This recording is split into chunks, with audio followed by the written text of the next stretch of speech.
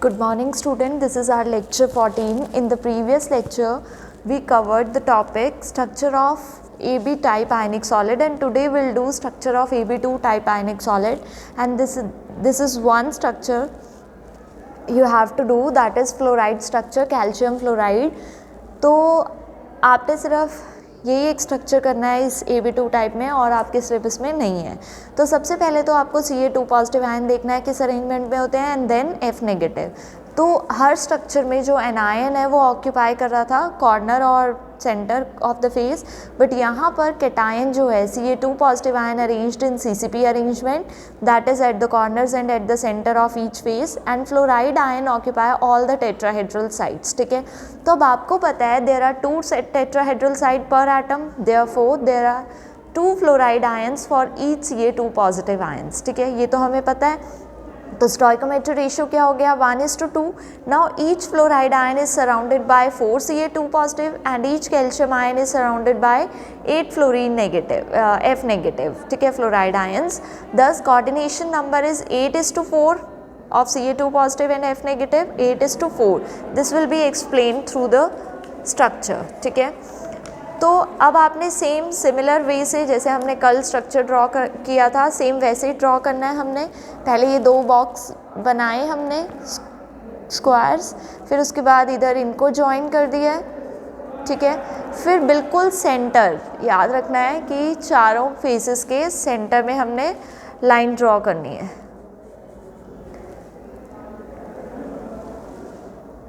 ये लाइन ये यहाँ मिलना चाहिए। ठीक है, ऐसे में ड्रॉ होगा और ये बिल्कुल स्ट्रेट इधर मिलना चाहिए। ठीक है, यहाँ थोड़ी गड़बड़ हो गई है, बट आपने ये इसके पैरेलल लाइन ड्रॉ करनी है। ये अपर है, अपर लाइन से स्टार्ट है तो अपर पे ही रुक जाएगा, ये यहाँ रुक जाएगा। ठीक है, ये लोअर से स्टार्ट है तो लोअर पर रुकेगा यहाँ, और फिर एक और पैरेलल लाइन ड्रॉ होगी ये, और फिर इनके सेंटर में भी एक लाइन ड्रॉ होगी।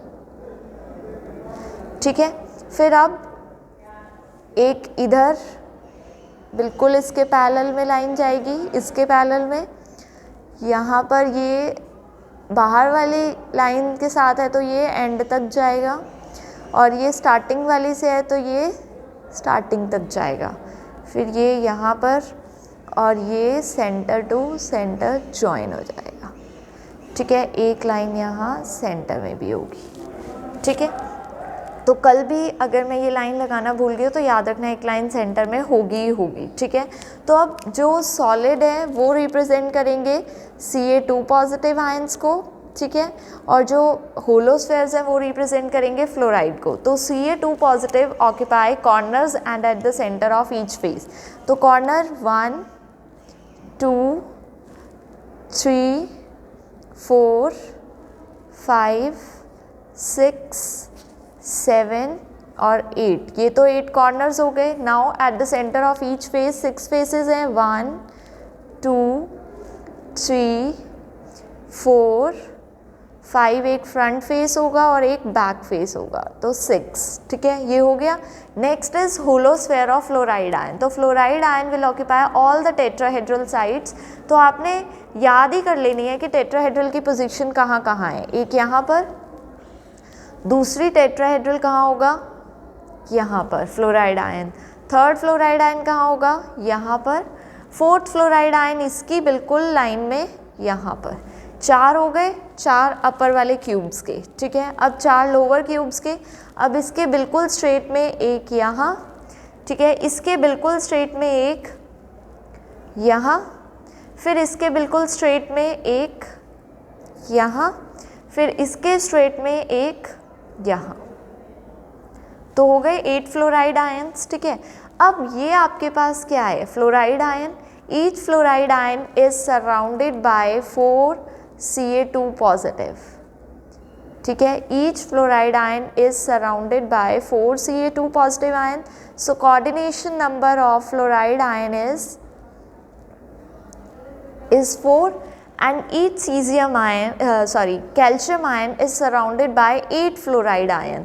तो 1 2, ठीक है,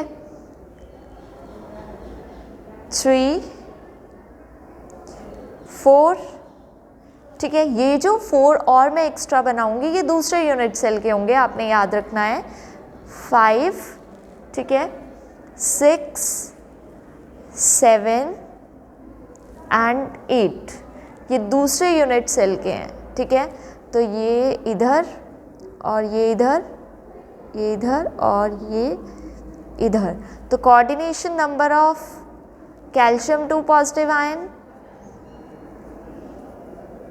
इज इक्वल टू 8। तो यहाँ पर Ca2 पॉजिटिव का कोऑर्डिनेशन नंबर 8 और F नेगेटिव का 4। तो कोऑर्डिनेशन नंबर रेशियो क्या है Ca2 पॉजिटिव F का 8:4, ठीक है।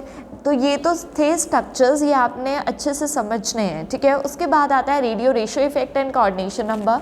तो आपने रेडियस रेशियो अपनी 11-12 क्लास में भी स्टडी किया है। तो रेडियस रेशियो एक्चुअल में होता क्या है, ratio of radio of positive and negative ion is called radius ratio. तो रेडियस रेशियो पॉजिटिव आयन का रेडियस अपॉन नेगेटिव आयन का रेडियस, ठीक है।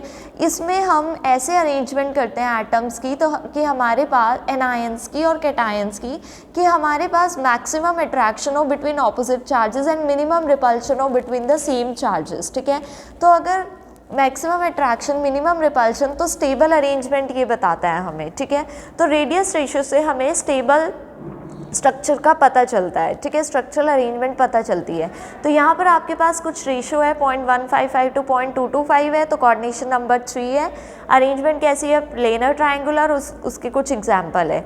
फिर अगर 0.225 से 0.414 है तो कोऑर्डिनेशन नंबर 4, अरेंजमेंट टेट्राहेड्रल। फिर 0.414 to 0.732 coordination number 6, arrangement octahedral. Greater than 0.732 to 1 के बीच में तो coordination number 8, arrangement is cubic, ठीक है। अब आपके पास कुछ एप्लीकेशन है, मान लो आपको Na पॉजिटिव और Cl नेगेटिव का रेडियस दिया है, तो हम रेडियस रेशियो कैलकुलेट कर सकते हैं। रेडियस रेशियो इतना आया 0.524, वो कहाँ लाई करता है 0.414 टू 0.732, तो कोऑर्डिनेशन नंबर क्या होना चाहिए 6। तो इसका मतलब Na positive ion prefer to occupy octahedral sides having coordination number 6। तो रेडियस रेशियो से हम ये कैलकुलेट कर सकते हैं, ठीक है। नेक्स्ट है आपके पास limitation of radius ratio rule. तो लिमिटेशन क्या है रेडियस रेशियो रूल का, कि हम ये जो रेडियस रेशियो रूल लगाते हैं ये हार्ड स्फेयर्स के लिए ही एप्लीकेबल होता है। तो एक्चुअल में तो एनायंस हार्ड तो होते ही नहीं, they are polarisable under the influence of cation. अगर वो पोलराइजेबल है तो this leads to covalency and result error in radius ratio rule, ठीक है। तो यहाँ से पोलराइजेशन की वजह से कोवेलेंसी आ जाती है और रेडियस रेशियो रूल क्या हो जाता है, चेंज हो जाता है। तो हम हार्ड स्फेयर मान के चलते हैं, तो हार्ड स्फेयर एक्चुअल में नहीं होते।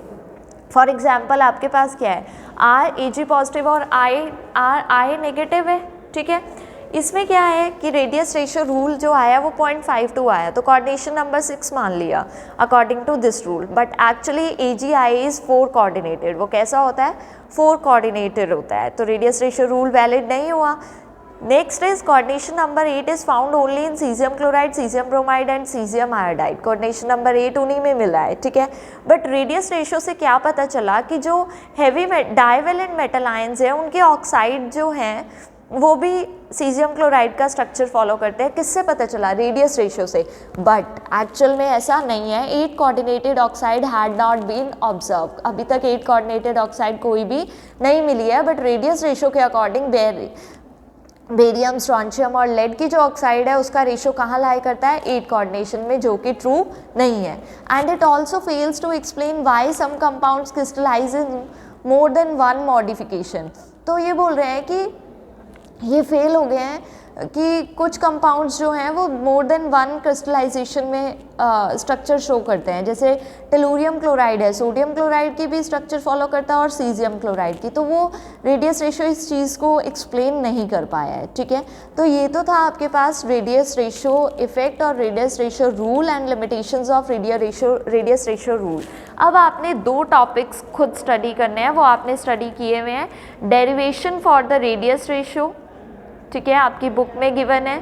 अगर आपको यहाँ से नहीं समझ में आती है तो आप मुझसे भी पूछ सकते हैं और अपनी 11-12 क्लास से भी स्टडी कर सकते हैं। तो derivation of radius ratios for different coordination number, ठीक है। सेकंड जो आपने स्टडी करना है वो है इफेक्ट्स, लेटिस डिफेक्ट्स, ठीक है, वो भी आपने स्टडी किए हुए हैं। तो ये 2 टॉपिक आपने खुद से स्टडी करने हैं। अगर आपको इनमें कोई भी डाउट है तो आप मुझसे पूछ सकते हैं। Next will start with lattice energy और बॉर्न-हीबर साइकिल। Thank you.